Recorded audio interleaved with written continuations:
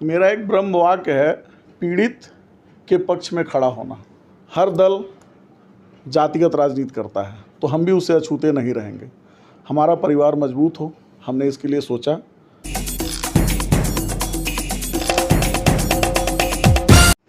नमस्कार, मेरा नाम है सुशांत और आप देख रहे हैं द पॉइंट मीडिया।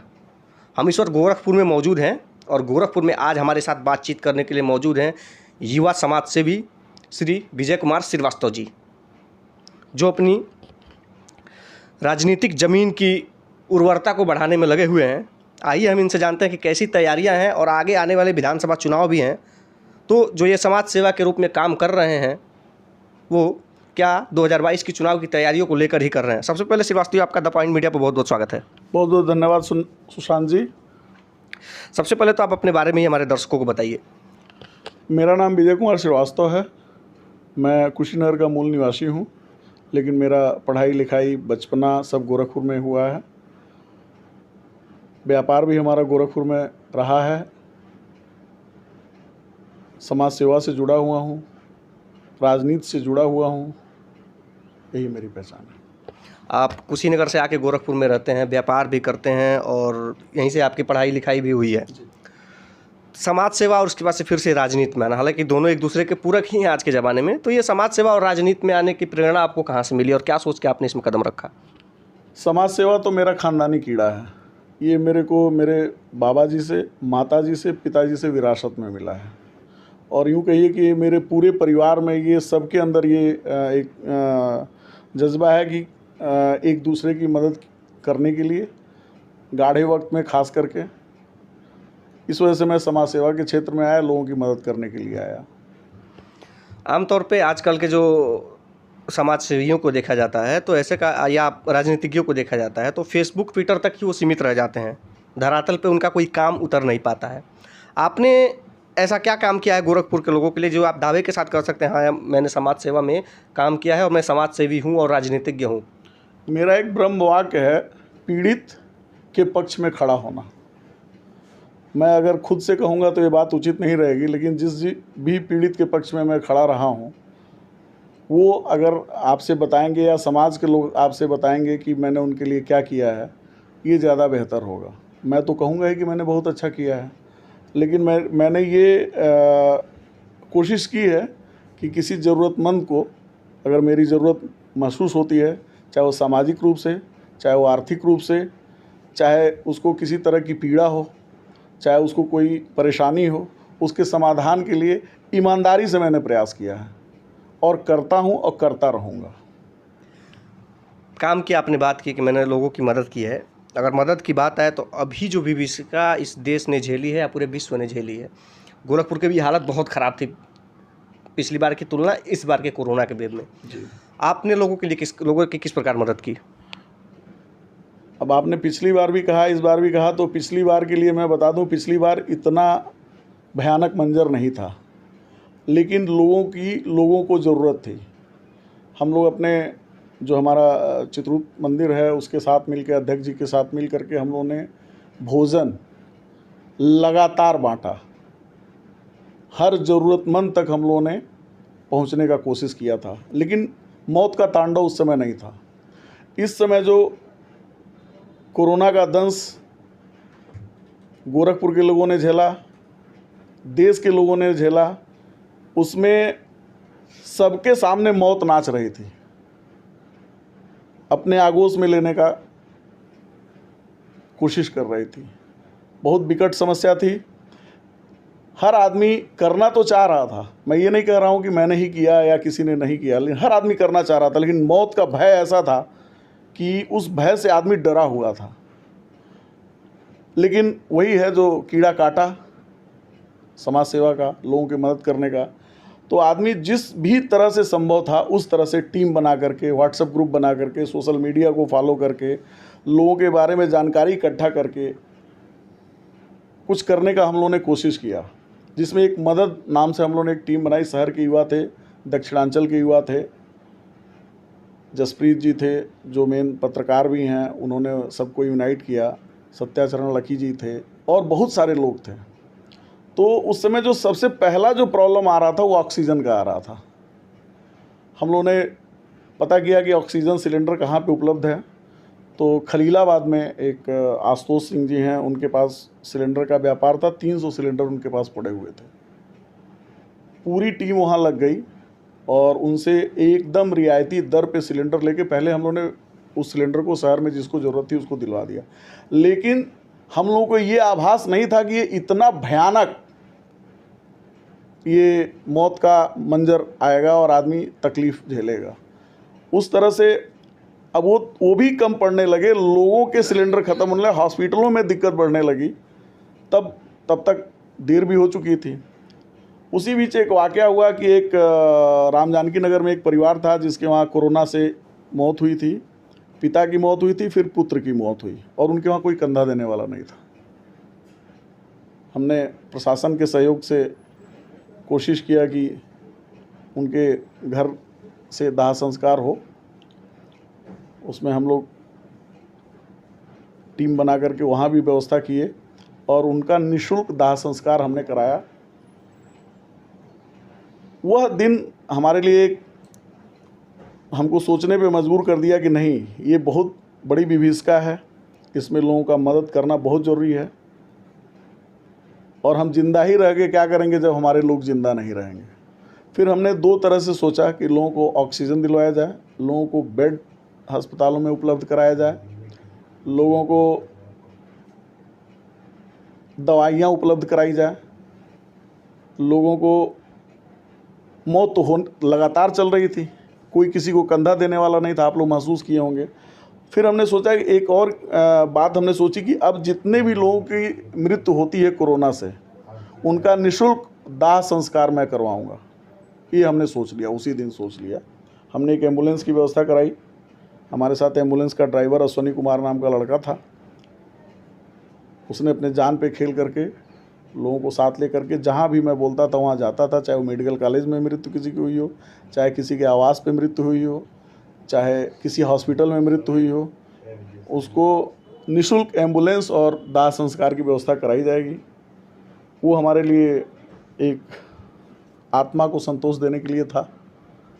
उस काम को लेकर के हमको संतुष्टि भी हुई। हालांकि किसी की मौत में मदद करके क्या संतुष्टि होती है, लेकिन वो एक ऐसा वाक़या था कि आंख में आंसू भी था और आदमी मदद भी करता था। थोड़ी सी राजनीतिक बात अब कर लेते हैं। आप चूँकि कायस्थ समाज से आते हैं और कायस्थ लोगों के बीच आपकी काफ़ी पैठ भी है, क्योंकि आप किसी दल से जुड़े हुए नहीं हैं। तो जो यूपी बिहार की जो राजनीति होती है, जाति राजनीति पर आधारित होती है, आने वाले विधानसभा चुनाव में इसका कितना फ़र्क पड़ने वाला है और आप जातिगत राजनीति को किस तरह से देखते हैं? देखिए, मैं जातिगत राजनीति में विश्वास नहीं करता, लेकिन हाँ, जब मैं राजनीति की बात करता हूँ तो लोग ज़रूर पूछते हैं कि आपकी बिरादरी आपके साथ है कि नहीं है। और जब तक आपका घर नहीं मजबूत होगा, जब तक आपका परिवार नहीं मजबूत होगा, जब तक आपके भाई बंधु मजबूत नहीं होंगे, तब तक आप राजनीति में कहीं कोई काम नहीं कर सकते। और कोई ये कहे कि हम राजनीति जातिगत नहीं करते हैं, चाहे कोई दल हो, चाहे कोई दल हो, हर दल जातिगत राजनीति करता है, तो हम भी उससे अछूते नहीं रहेंगे। हमारा परिवार मजबूत हो, हमने इसके लिए सोचा। हमारे परिवार के लोगों का भरपूर आशीर्वाद हमको मिलता है। हम ईमानदारी के साथ उन लोगों के साथ खड़े रहते हैं। और समाज ये जब पूछता है कि भाई आपकी बिरादरी आपके साथ है कि नहीं है, तो हम अपना सीना चौड़ा करके कहते हैं कि हाँ, हमारी बिरादरी हमारे साथ है। हमको लेकिन सर्व समाज की ज़रूरत है। तो मेरी जातिगत राजनीति सिर्फ वहीं तक है कि हमारा परिवार मजबूत रहे। 2022 के चुनाव अब नज़दीक आ रहे हैं। आप विधानसभा चुनाव लड़ने की पूरी तैयारी कर चुके हैं, लेकिन अभी तक आपने यह साफ नहीं किया कि आप किस पार्टी में जाना चाहते हैं या इंडिपेंडेंट चुनाव लड़ना चाहते हैं। देखिए, मेरी नज़र में अब दल का महत्व तो नहीं रह गया है। मैं समाज में अपने द्वारा किए कार्यों को आधार बना करके मैं चुनाव लड़ना चाहता था, चुनाव लड़ना चाह रहा हूं, और मेरी कोशिश भी है कि मैं अपने व्यक्तिगत संबंधों के आधार पे, लोगों के बीच में अपनी पहुंच और पैठ बनाने के आधार पे चुनाव लड़ूं। और जहां तक रही राजनीतिक दल चुनाव करने का, तो वो अभी हमारे दिमाग में ऐसा कोई विचार नहीं आया है। और विचार आता भी है तो मेरे लिए भाजपा, सपा, बसपा, कांग्रेस, आम आदमी पार्टी, ये सब कोई मतलब नहीं रह गया है। सारे दलों का चाल, चरित्र, चेहरा एक ही जैसा है। हाँ, अब इसमें से कौन बेहतर है वो मेरे को देखना है। इसमें से कौन बेहतर है वो तो जनता बताएगी, जी, लेकिन आप कैसे बेहतर हैं जनता को आप कैसे बताएंगे? मैं अपने द्वारा किए गए कार्यों के द्वारा, लोगों के मूल्यांकन के आधार पे, अगर मैंने कुछ अच्छा किया है, लोग अगर मेरे को समर्थन करते हैं, यही मेरी ताकत है, यही मेरी पहचान है, और इसी के आधार पे मैं अपने आप को बेहतर मानता हूँ। आप मंदिर के काफ़ी करीब आपका निवास स्थान है और यहाँ के मुख्यमंत्री हैं योगी आदित्यनाथ, जिस शहर में आप रहते हैं। यहाँ से बीजेपी काफ़ी लंबे समय से बीजेपी का विधायक है यहाँ, राधा मोहन दास अग्रवाल जी। क्या कमियाँ दिखती हैं आपको एक विधायक के तौर पे कि गोरखपुर में कुछ काम होना चाहिए, अगर मैं रहता तो कुछ कर पाता? 20 साल से वो विधायक हैं। मैं व्यक्तिगत टिप्पणी किसी के ऊपर नहीं करना चाहता हूँ, लेकिन जिस दल का विधायक हो, जिस दल का नगर निगम हो, जिस दल का मेयर हो, जिस दल का सांसद हो, अब तो उसी दल का मुख्यमंत्री भी है, उस शहर में अगर कोई समस्या है तो आप स्वयं महसूस कर सकते हैं कि वो किस तरह से 20 साल उन लोगों ने नाकामियों वाले गुजारे हैं। नहीं तो आज हमारे शहर में जल जमाव की समस्या नहीं रहती, सफाई की समस्या नहीं रहती। और आज जो भी प्रोजेक्ट पूरे करा रहे हैं माननीय मुख्यमंत्री जी, वो उनके शुरू किए हुए नहीं हैं, पुरानी सरकारों के शुरू किए हुए हैं। आप ये मान रहे हैं कि काम हो रहा है गोरखपुर में? एज ए मुख्यमंत्री जो होना चाहिए था वो नहीं हो रहा है। अभी वो काम हो रहा है जो पुराने लटके हुए काम थे, जो अधूरे काम थे, उनको ये मुख्यमंत्री जी पूरा करा रहे हैं। जिस गति से कराना चाहिए था उस गति से नहीं हो रहा है। शहर खुदा पड़ा है, जल जमाव आज भी हो रहा है। 5 साल इस सरकार के पूरे होने जा रहे हैं। सड़कों की हाल आप देख सकते हैं, 4 लेन से शहर नहीं चलता है। शहर 4 लेन से नहीं चलता है। आपके मोहल्लों में क्या हालत है, आपके गलियों में क्या हालत है, आपके बाज़ार कैसे चल रहे हैं, आपका ट्रैफिक जाम का क्या समस्या है, आपका स्वास्थ्य का क्या समस्या है, आपका शिक्षा का क्या समस्या है, इन सारी बातों पे आदमी को ध्यान देना पड़ेगा। विजय श्रीवास्तव के सपनों का गोरखपुर कैसा होगा?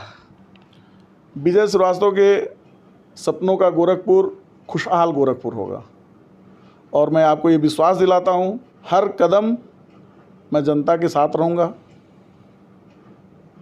मेरी पूरी कोशिश रहेगी कि जो भी समस्याएं हैं, चाहे वो नगर निगम के द्वारा उत्पन्न हो रही समस्याएं हैं, चाहे वो विकास प्राधिकरण के माध्यम से उत्पन्न हो रही समस्याएं हैं, जो शहर में आम आदमी को तकलीफ पहुंचाती हैं, उन सारी समस्याओं का समाधान उसको बताना नहीं।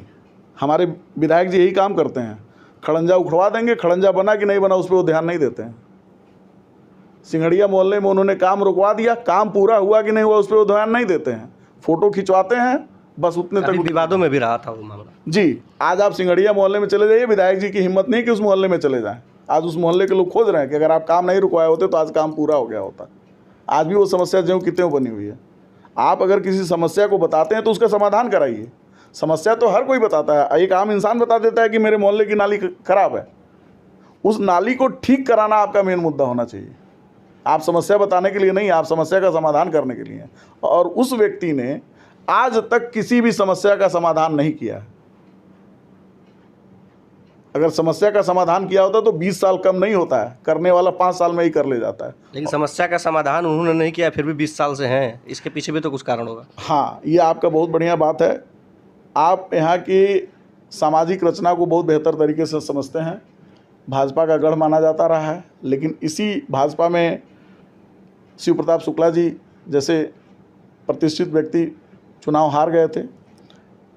उस कंडीशन में आप किसी को भी बेवकूफ़ तभी तक बना सकते हैं जब तक अगला बेवकूफ़ बनने के लिए तैयार है। अब वो समय नहीं रहा उनके लिए। 20 साल में उन्होंने व्यक्ति व्यक्ति को दुख दिया है और उनका पोल खुल चुका है। अब उनके साथ कोई जन समर्थन नहीं है। अगर भाजपा का बैनर न हो तो वो एक वोट न पावें, लेकिन हमारा उनसे कोई ऐसा विवाद नहीं है, हम उनसे कुछ ऐसा कोई उम्मीद नहीं रखते हैं।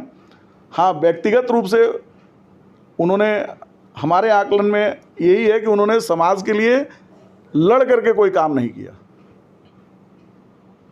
और अब वो समय आ गया कि अब उनको जनता ही जो है बाहर का रास्ता दिखाने के लिए तैयार है। आप हमारे चैनल के माध्यम से 2022 के होने वाले विधानसभा चुनावों के मद्देनज़र अपने हमारे दर्शकों से क्या कहना चाहेंगे या अपने गोरखपुर की जनता से? मैं गोरखपुर की जनता से निवेदन करना चाहूँगा, भाई सुशांत जी और इनके चैनल के माध्यम से आप हमको अपने करीब पाएंगे। मेरे लिए विधायक बनना नहीं बनना कोई बड़ी बात नहीं है। मैं जितने में हूँ, जितना मैं सक्षम हूँ, उतना चाहे मैं विधायक रहूँ चाहे न रहूँ, आपके साथ हर पल मौजूद रहूँगा। आप लोगों को शहर में इस बात का एहसास भी होगा और यही मेरी इच्छा भी है। विधायक या संवैधानिक पद पाना तो सिर्फ इसलिए है कि जो काम मैं अपने तहे नहीं करा सकता हूँ, उस काम को मैं एक संवैधानिक पद पर रह करके ईमानदारी के साथ, दमदारी के साथ कर सकूं। आप लोग अपना आशीर्वाद हमको दें। तो ये थे हमारे साथ गोरखपुर से विजय कुमार श्रीवास्तव जी। आप देखते रहे द पॉइंट मीडिया, क्योंकि हम दिखाते हैं वो जो खबर पक्की है। कैमरा पर्सन बादल के साथ मैं Sushant Dubey, the point media.